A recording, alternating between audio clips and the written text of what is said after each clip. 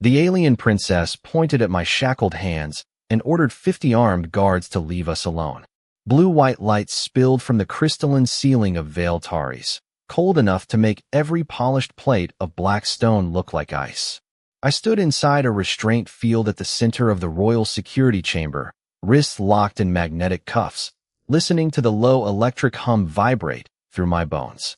Across from me, Princess Saeryn Vael walked past the Empire's finest guards without looking at them. She was nearly 6'2", taller than most humans, her deep teal skin crossed by faint golden lines that glowed from her temples down the sides of her neck. Silver-white strands of hair moved softly around her shoulders in the artificial gravity. Her black hexagonal pupils stopped on me. That one. Nobody moved.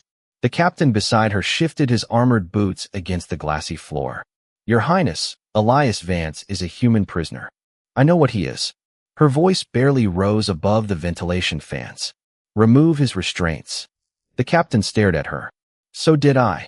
20 minutes earlier, I had been expecting another interrogation. Now an alien princess was apparently trying to promote me. The restraint field snapped off with a sharp crackle. Warm circulation returned to my fingers as the cuffs opened and dropped into a guard's waiting hand. I rubbed the red grooves around my wrists. Just so we're clear, I said, am I still a prisoner? Saeryn stepped closer. The air around her carried a faint mineral scent, like hot metal after rain. Yes. And you want your prisoner guarding you? Yes. Behind her, someone's armor joint clicked. I looked around the chamber again. 50 royal guards. Silver pulse carbines. Ceramic body plating. Motion sensors nested in every corner. Enough security to protect a small embassy. Yet Saeryn had dismissed all of them with 2 words. That told me more than any briefing could. Everyone out, she said. The captain's jaw tightened. Princess, now. Boots struck stone in disciplined rhythm. One by one, the guards disappeared through the pressure doors until the chamber became strangely quiet. The doors sealed with a hydraulic. Hiss. Saeryn and I were alone. I could hear the soft ticking of the cooling system behind the walls. I walked toward the nearest observation panel instead of toward her. 30 stories below, Vael Taris glowed beneath the palace like circuitry carved into darkness. Reflections moved across the glass. Mine. Hers. And the empty doorway behind us. Why me? I asked. My guards obey the throne. Sounds useful. It would be. She placed one hand on the black table between us. Her golden markings brightened slightly. If I knew who currently controlled it. I turned. So you don't need a bodyguard. I need someone nobody here owns. That landed differently. I studied her hands. Steady. Her shoulders, still. But she had positioned herself where she could see both doors without turning her head. Whatever royal etiquette said about fear, survival had its own language. When? I asked. When what? When does somebody try to kill you? A faint mechanical chime sounded overhead. Midnight rotation. Saeryn's gaze stayed on mine. Before sunrise.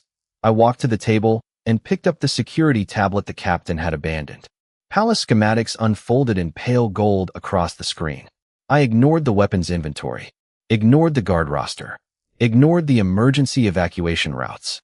I need maintenance access maps, ventilation diagrams, door authorization logs, and tonight's service schedule. One silver eyebrow lifted. You have not asked for a weapon. Weapons are useful after someone gets close. I enlarged the floor plan of her private wing. I'd rather know how they plan to get close. For the first time, the corner of her mouth moved. Barely. You speak as though you have accepted. I set the tablet down and looked at the princess who had just placed her life in the hands of a man her empire kept in chains. How many people want you dead? The golden lines along her throat dimmed. Somewhere beyond the sealed doors, a security drone whispered past on magnetic rails. Saeryn answered without blinking. Enough that I stopped counting. Then something reflected in the observation glass behind her. A tiny red sensor light where no sensor should have been.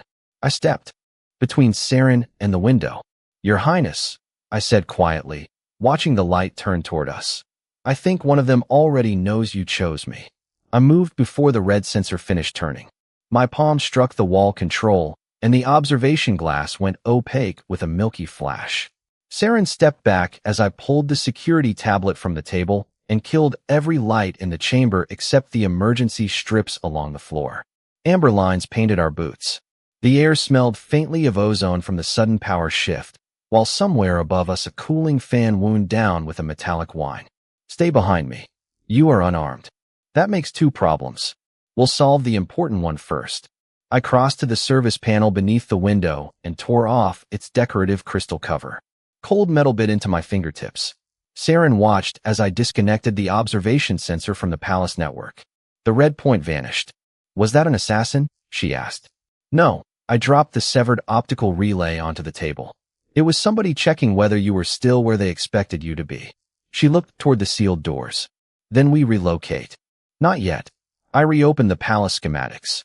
Her private wing appeared as a clean geometric diagram. Royal chamber, audience room, medical alcove, 2 guarded corridors.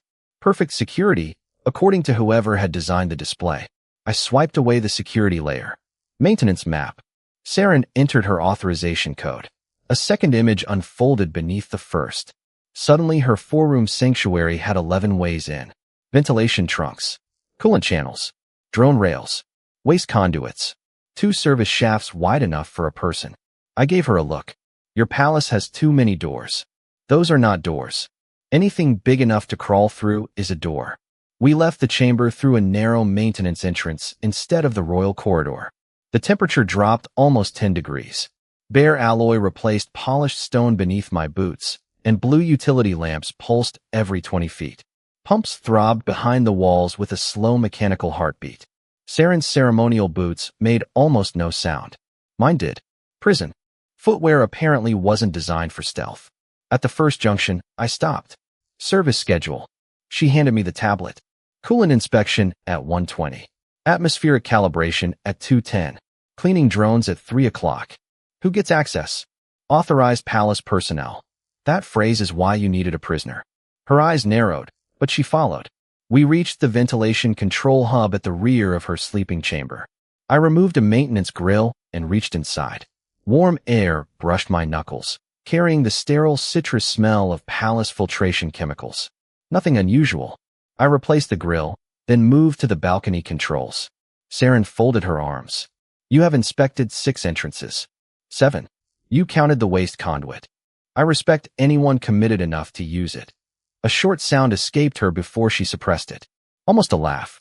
Then the palace lights shifted from blue to silver as another security cycle passed overhead. I stepped onto the balcony. The city lay thousands of feet below, gold transit lanes threading between black towers. A magnetic shuttle whispered through the distance. The balcony railing was smooth beneath my hand, colder than the air. I crouched beside a small tracking node built into the upper frame. Saeryn remained inside. That device monitors aerial approaches, she said. I know. I touched the housing, and it's looking the wrong way. Silence. I rotated the tablet beside it and compared the alignment marks. The node had been turned inward by 3 degrees. Not enough to trigger a diagnostic failure. Enough to create a narrow blind wedge along the palace exterior. I didn't need to discover who had done it tonight. I needed to make sure whoever came through that gap regretted choosing it. I rotated the sensor back, then stopped halfway. Saeryn noticed. You are leaving the blind spot. Exactly. I returned inside and pulled a thin maintenance filament from the emergency kit. I stretched it across the service access behind the balcony wall, linked it to the room's vibration detector, then disabled the automatic alarm. Saeryn stared at the dark doorway. You found a weakness and chose not to close it. Closing it tells them we know. I handed her the tablet. Leaving it open tells them nothing. And when someone uses it, then they enter where I want them. A distant bell chimed once. 1 a.m. 5 hours until sunrise. Saeryn looked at the unlocked service passage, then at me. She reached to her belt, removed the royal access seal, and placed it in my palm. Warm metal. Absolute palace authority. Until sunrise, she said. These rooms answer to you. I closed my fingers around the seal. 20 minutes ago, I had belonged to her prison. Now an alien princess had surrendered control of her own chambers to me. I turned toward the dark ventilation passage and made my decision. Then nobody enters without going through me first. The filament snapped at 1:17 a.m., and something inside the wall stopped breathing. I raised one finger. Saeryn froze beside the darkened table. The chamber lights were down to thin amber strips along the floor. leaving her silver-white hair almost colorless and the golden markings at her throat faint as dying embers. Warm, filtered air whispered from the ceiling vents. Beneath it came another sound. Metal touching metal. Soft. Careful. Someone was easing open the service grill from inside the ventilation shaft. I pointed toward the inner alcove. Saeryn moved without argument this time, her ceremonial boots silent against the black stone. I stayed beside the wall instead of facing the grill. The intruder would expect a guard watching the obvious entrance. Human shoulders had taught me years ago that narrow spaces were useful for more than hiding. The grill shifted half an inch, then stopped. A small object rolled through the gap and landed on the floor. I kicked it beneath the heavy security table before it activated. A pulse of white light flashed underneath, followed by a dry electrical crack. The table absorbed most of it. My teeth still buzzed. "Stunner," I whispered. Saeryn's eyes narrowed. "Royal issue." The grill opened. A dark figure slipped through feet first, wrapped in matte armor that swallowed the amber light. No insignia, no exposed skin. A narrow, crystalline blade rested against one forearm. He landed silently and turned toward the alcove. I stepped behind him. Wrong room. He spun fast, faster than I expected. The blade swept toward my chest, but I trapped his wrist with both hands and drove it into the wall. Crystal rang against alloy. He twisted free and struck my shoulder hard enough to send me into the table. Cold stone slammed against my hip. Saeryn moved from the alcove. "Elias." The assassin turned toward her. That was the mistake. I grabbed the maintenance filament hanging from the wall and looped it around his weapon arm, then pulled backward with my full weight. His balance broke. Saeryn slapped her palm against the emergency control. A transparent security partition dropped between her and the attacker with a thunderous metallic slam. He hit the barrier instead of the princess. I drove him sideways into the floor and pressed the royal access seal against his armor. Containment lock. Blue bands of force snapped around his wrists and ankles. He struggled once. The field tightened. Then he stopped. The room became quiet except for my breathing and the faint electrical hiss of the containment bands. Saeryn remained behind the transparent partition. Her palm was still pressed flat against it. I picked up the assassin's crystalline blade. Its edge glowed pale violet against my fingers. "You can raise the partition." She did. Cold air rushed between us as the barrier disappeared into the ceiling. Saeryn approached the captive, but I held out an arm. "Not yet." I used my foot to push the assassin's weapon farther away, then checked his belt and armor seams. No second blade. No explosive charge. No obvious identification. Good enough. Saeryn crouched several feet away. "Remove his mask." I pulled it free. An ethery male stared back at us, jaw clenched, teal skin washed gray beneath the emergency lights. Saeryn did not speak. She didn't need to. I recognized the silver geometric pattern beneath his collar because I had spent the last hour surrounded by it. Royal Guard armor. I looked at her. The golden lines along her neck had gone almost completely dark. "One of yours." Her fingers slowly curled against her palm. "He took the oath in this palace." The assassin laughed once. Quietly. Others did too. I didn't ask how many. That was tomorrow's problem, assuming we reached tomorrow. I dragged him into the service compartment, locked the door with Saeryn's seal, and disabled its local controls. When I returned, she was standing exactly where I had left her. I placed the violet blade on the black table between us. 1. A palace chime sounded overhead. Then another. 1:30 a.m. 4.5 hours remained until sunrise. Saeryn looked from the blade to me. "You stopped him without killing him. You hired a guard, not an executioner. You are still my prisoner." I met her eyes. "Then decide which one you need more." For several seconds, only the ventilation system answered. Then Saeryn reached to the control panel and entered a royal command. The red prisoner marker beside my name vanished from the room's security display. "Until sunrise," she said. "No one in this palace has authority over you except me." I picked up the crystalline blade and turned toward the door. "Good." A warning tone suddenly rolled through the chamber, low and urgent. Saeryn glanced at the wall display. Her scheduled medical inspection had been moved forward. 1:35 a.m. 5 minutes from now. I looked at the captive guard behind the sealed service door, then at the princess. Someone had just lost their first assassin, and they were already sending us the next visitor. At 1:34 a.m., I told the princess to walk directly toward whoever had just tried to kill her. Saeryn's black pupils tightened. The medical appointment blinked on the wall display while the captured royal guard remained sealed behind us. Pale violet light from his confiscated blade washed across my fingers, and the ventilation system pushed cool, antiseptic air through the chamber. "You want me to attend?" she asked. "Exactly on schedule. You just stopped an assassin, which means whoever sent him is waiting for one of two things: your death or your reaction." I set the blade down. "If you lock down the palace, cancel your appointments, bring 50 guards back, they learn their first attempt failed." Saeryn looked toward the security door. "And if I continue normally, they have to wonder." The medical alert chimed again. For minutes, I crossed to the wardrobe alcove and pulled a dark ceremonial mantle from its hanger. The fabric felt heavy and cool, woven with thin metallic fibers. I handed it to her. "Wear this." "Why?" "Because your gold markings can be seen in low light." She took the mantle without another question. That was new. We left through the royal corridor. This time I didn't hide her in maintenance shafts. I put Saeryn exactly where everyone expected her to be. The corridor stretched nearly 200 feet beneath silver arches, its polished floor reflecting us like black water. Cleaning drones hummed beside the walls. Somewhere beyond the crystal panels, city traffic produced a distant electric murmur. I walked 3 steps behind her, still wearing prison gray, carrying no visible weapon. 2 palace attendants saw us approaching. Their conversation stopped. One bowed. The other stared at my bare wrists. Good. Let them stare.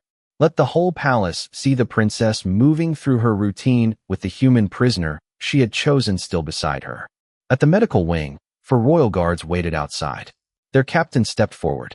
"Your Highness, we were informed your security detail had been dismissed." It was. His eyes moved to me. "Then the prisoner cannot enter." Saeryn kept walking. "He enters." The captain blocked the doorway. I stopped. So did she. The air smelled sharply of sterilizing vapor, and white examination lights buzzed behind the translucent door.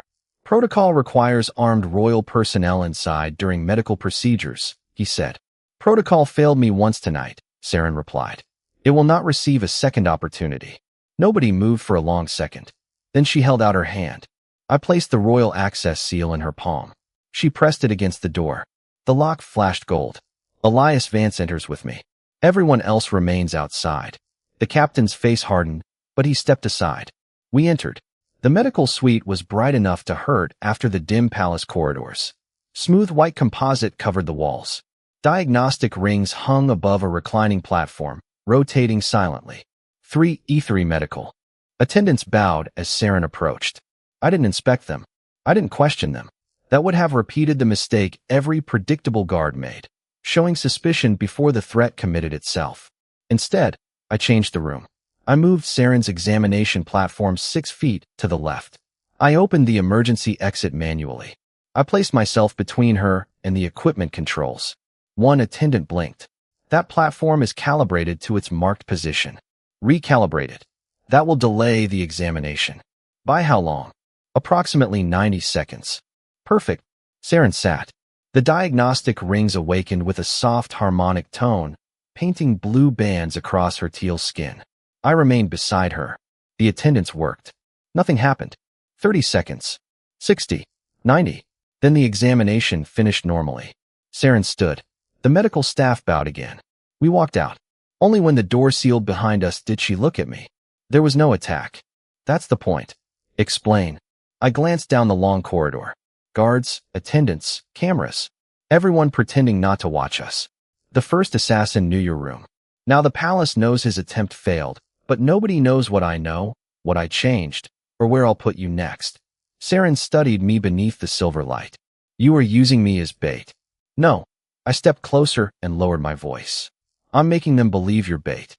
Her gaze shifted toward the guards. "And what happens when they believe it?" I returned the royal seal to her hand. They stopped choosing the battlefield. A clock glowed above the corridor. 1:52 a.m. sunrise was getting closer. Saeryn closed her fingers around the seal, then turned toward the route leading back to her chambers. "No," she said. I looked at her. She pointed instead toward the unguarded service elevators. "If your strategy requires unpredictability, Elias, then stop protecting me like a princess." The elevator doors opened with a low metallic tone. She stepped inside alone and held the door for me. For the first time that night, the alien princess wasn't merely following her human prisoner's plan. She was joining it. The service elevator dropped 3 floors before every light inside it died. Saeryn's hand left the control panel. The low magnetic hum beneath our feet vanished, and the car stopped hard enough to make the metal walls shudder. Darkness swallowed us. A second later, a narrow red emergency strip flickered alive near the floor, painting her teal skin almost black and catching the gold lines at her throat. The air grew noticeably warmer without circulation.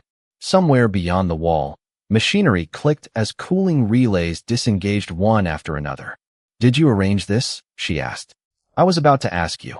I pressed my palm against the door seam. No vibration. The elevator wasn't moving. I tried the manual release. Locked. "Your royal seal." Saeryn handed it over. I touched it to the panel. Nothing. No rejection tone. No response at all. I crouched beside the lower service hatch and hooked my fingers beneath its textured edge. "Help me." She knelt without complaint. Together we pulled until the panel released with a metallic pop. Warm air rolled from the shaft, carrying the smell of machine oil and overheated insulation. I reached inside, found the mechanical brake lever, and forced it down. Something heavy clunked beneath us. What did that do? Made sure nobody can drop the car remotely. Comforting. I try. A faint sound came from her. That almost laugh again. I sat against the wall, keeping myself between Saeryn and the hatch. For once there was nowhere to patrol, no corridor to manipulate, no attacker to anticipate. Just 6 feet of dark elevator and the princess who had chosen me over an army. Saeryn lowered herself opposite me. The red light reflected in her hexagonal pupils. "Why were you imprisoned, Elias?" "Bad timing." That answer would insult a child. "Good thing you're royalty." Her eyes narrowed. I let the silence sit. The metal beneath me was warm now. Sweat gathered under the collar of my prison shirt. Saeryn watched the faded restraint marks around my wrists. "You disobeyed an order." It wasn't a question. I looked at the ceiling. There was a civilian station in the path of a military withdrawal. My commander ordered our ship to leave before the evacuation finished. And you refused. I delayed departure 11 minutes. How many civilians? 843. The elevator gave a soft mechanical groan. Saeryn's fingers tightened around the edge of her mantle. And your command imprisoned you for saving them? They imprisoned me for deciding their order wasn't worth 843 lives. She looked down at my wrists again. Would you make the same decision now? I already did. Her gaze rose. I nodded toward her. You gave me palace authority. I could have used it to open a hangar, take a shuttle, and disappear. Why didn't you? I leaned forward, listening to the shaft. Still quiet. Because you picked me to keep you alive until sunrise. That is not an answer. It is where I come from. Saeryn held my gaze for several seconds. Then the elevator jerked. A grinding sound rolled beneath us. The emergency light flashed. I stood immediately. Behind me. Elias, now. I wedged my fingers into the door seam and pulled. Saeryn joined me. The doors resisted, then opened 3 inches. Cold blue light spilled through the gap. We were stopped between floors, with the upper half of a maintenance corridor visible beyond. I braced my back against one door while she pushed the other. Metal screamed against metal until the opening reached 2 feet. Go. Saeryn climbed through first. I followed, dropping roughly 4 feet onto a grated service floor. The cold hit instantly. Condensation glittered on exposed coolant pipes, and somewhere ahead, pumps hammered in steady pulses. Saeryn adjusted her mantle. I checked the corridor, then glanced at the time display on my borrowed tablet. 2:11 a.m., less than 4 hours until sunrise. Your medical inspection should have ended 20 minutes ago, I said. Yes. And whoever is watching your schedule knows you never returned to your chambers. Saeryn looked toward the branching service tunnels. Then they know something changed. Exactly. She stepped closer and held out her hand.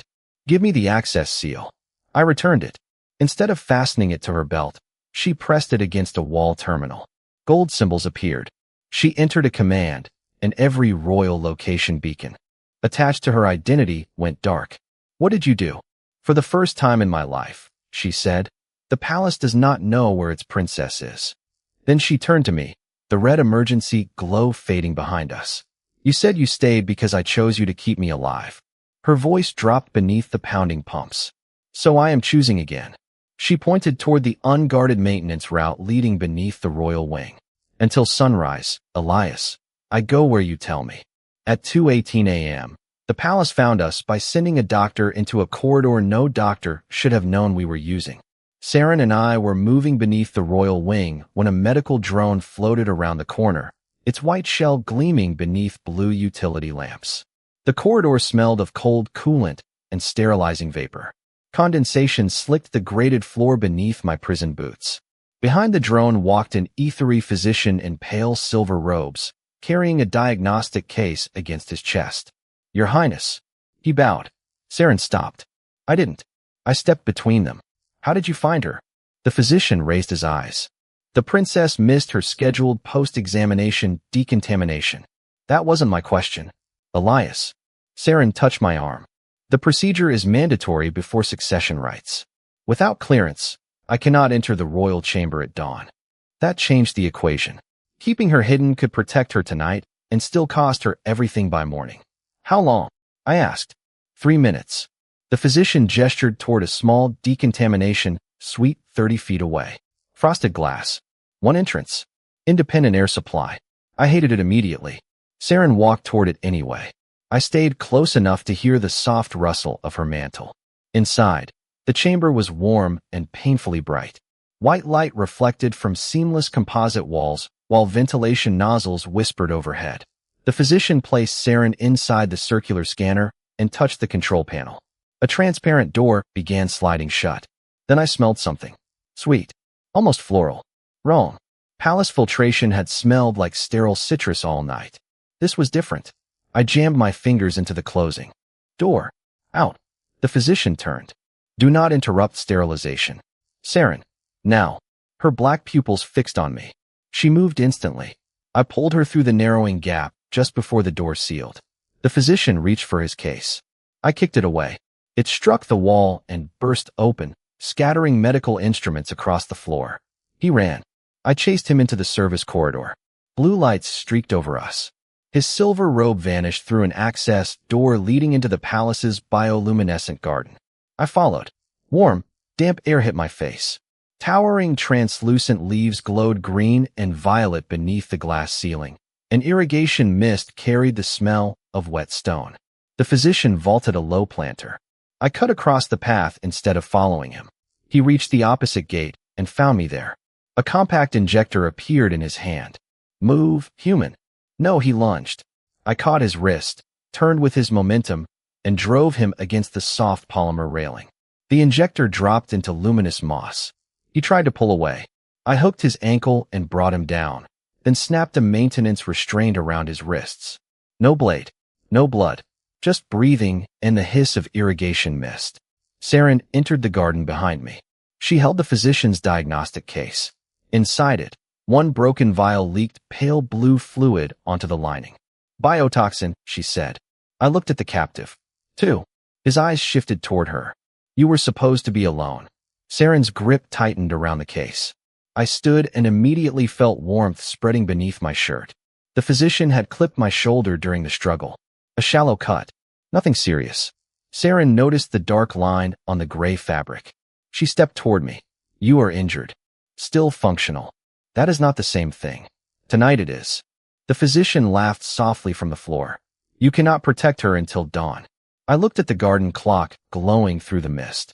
2:26 a.m. 3 hours and 34 minutes remained. I only need to be better than you for 3.5 hours. His smile disappeared. Saeryn activated the garden's containment field, sealing him behind a transparent barrier. Then she examined the physician's discarded authorization tag. Her hand stopped. I didn't ask what name was on it. Names could wait. Survival couldn't. We're leaving, I said. Where? Somewhere your medical staff can't reach.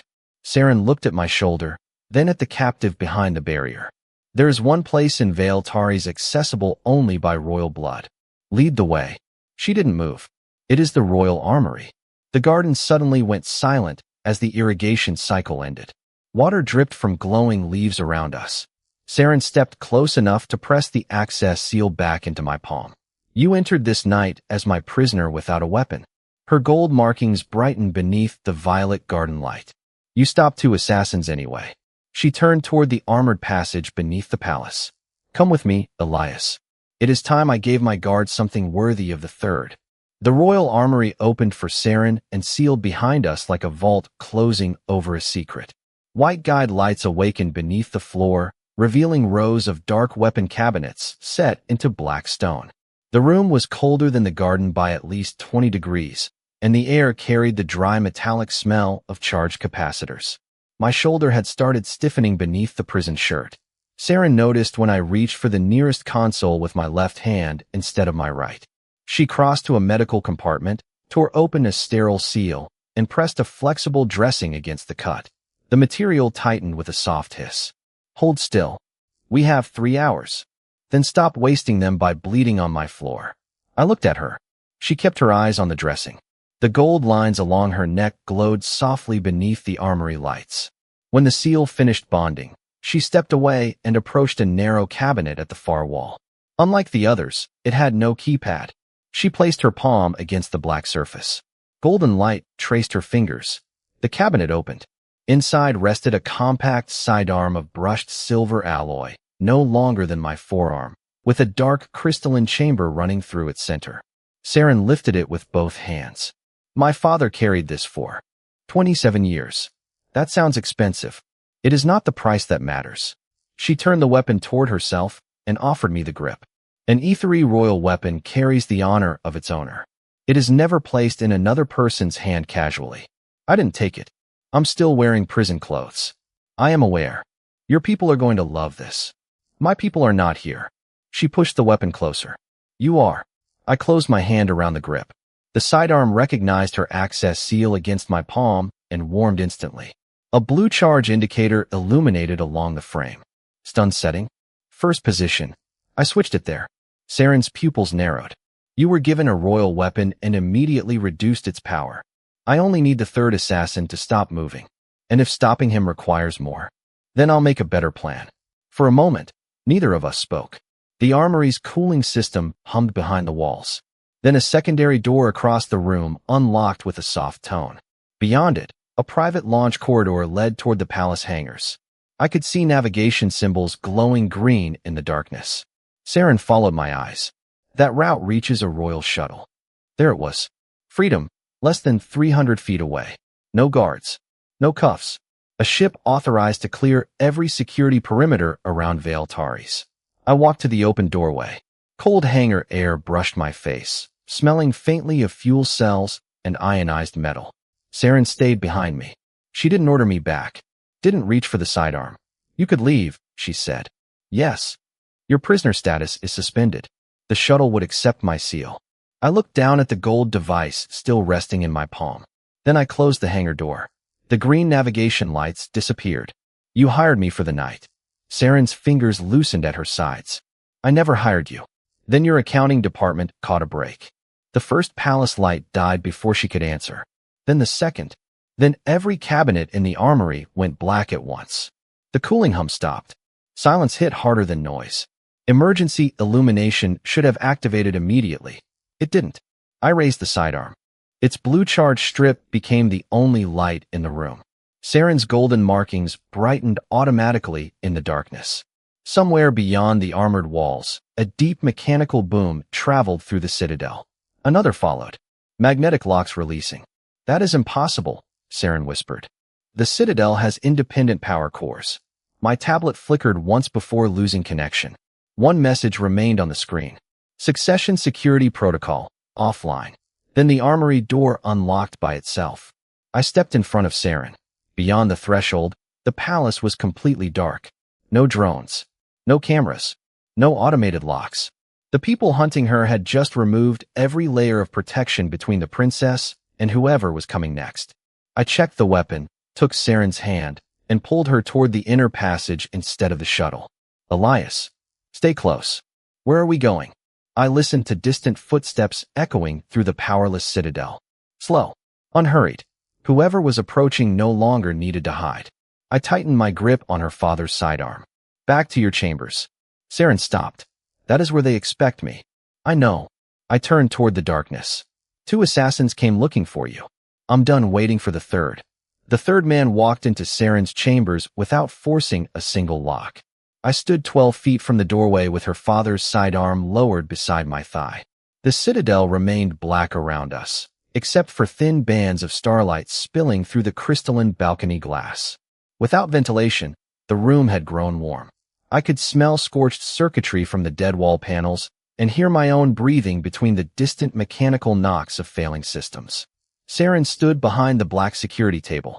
Her golden markings were the brightest things in the room. Then the footsteps stopped. Saeryn.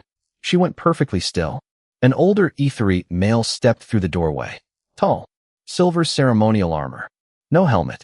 No visible weapon. Uncle Thaler. Prince Regent Thaler looked at her first, then at me. You survived. Saren's fingers touched the table edge. You sound disappointed. I sound relieved. He took another step. I raised the sidearm. Thaler stopped. Human. Lower King Valer's weapon. I'm comfortable where it is. His gaze settled on my prison clothes, then on the dressing across my shoulder. Elias Vance. Former fleet security specialist. Prisoner awaiting trial. You have had an unusually productive evening. He knew my name. Fine. I already knew what mattered about him. He could enter during a palace-wide security failure without announcing himself. Saeryn moved around the table. Restore the power. Thaler looked at her for a long moment. I cannot allow you to reach sunrise. The words landed softly. No shouting. No theatrical confession. Just the quiet click of Saren's fingers tightening against the stone. Why? She asked. Because at dawn the succession becomes irreversible. Thaler finally looked at me. And because your human has made subtle solutions impossible. He lifted one hand. Elias, surrender the weapon. Your charges disappear tonight. A royal shuttle will take you beyond ethery territory. You will never see a cell again. Behind me, the balcony glass reflected the room. Saeryn. Thaler. Me. 3 people waiting for one decision. A ship? I asked. Fueled and cleared. Full pardon. Immediately. Saeryn said nothing. That mattered more than anything she could have said. She had chosen me when I wore chains. Now she let me choose without them. I looked at the sidearm. Then I placed it carefully on the floor. Thaler smiled. Saren's head turned toward me. I stepped backward. Smart man, Thaler said. Sometimes. His boot crossed the narrow silver line I had marked beside the table. I slapped Saren's royal seal against the manual environmental control. The room changed instantly. Emergency gravity had its own isolated capacitor. It didn't need palace power.